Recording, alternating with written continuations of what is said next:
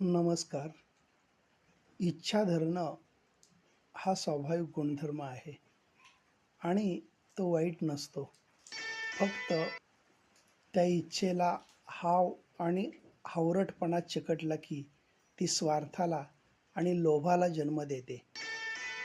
खऱ्या कलेची व्याख्या करताना असं म्हटलं जातं, की जी सौंदर्याला सजीव बनवते आणि भीषणतेला निर्जीव बनवते, तीच खरी कला. आपले जीवन हा एक प्रवासच आहे. जोपर्यंत मी मला ओळखत नाही, तोपर्यंत तो प्रवास चालू ठेवला पाहिजे. आयुष्याच्या प्रवाहात बऱ्याचदा तेच लोक आपल्याला बुडवण्याचा प्रयत्न करतात, ज्यांना कधीकाळी आपणच पोहायला शिकवलेलं असतं.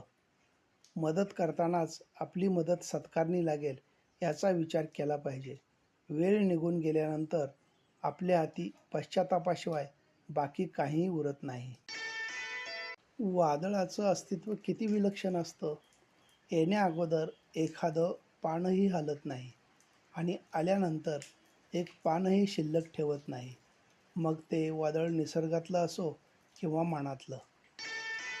प्रेम आणि मैत्री यामध्ये प्रेमाला सोन्याची आणि मैत्रीला हिऱ्याची उपमा दिली जाते. दोन्हीही मौल्यवान आहेत, किमती आहेत, महत्त्वाचे आहेत. मात्र यात एक फरक असतो. प्रेम मोडून सोन्यासारखा त्याचा दुसरा दागिना करता येतो. मात्र पैलू असलेल्या मैत्रीसारख्या हिऱ्याला पुन्हा घडवता येत नाही. जीवन सर्वांसाठी सारखंच असतं.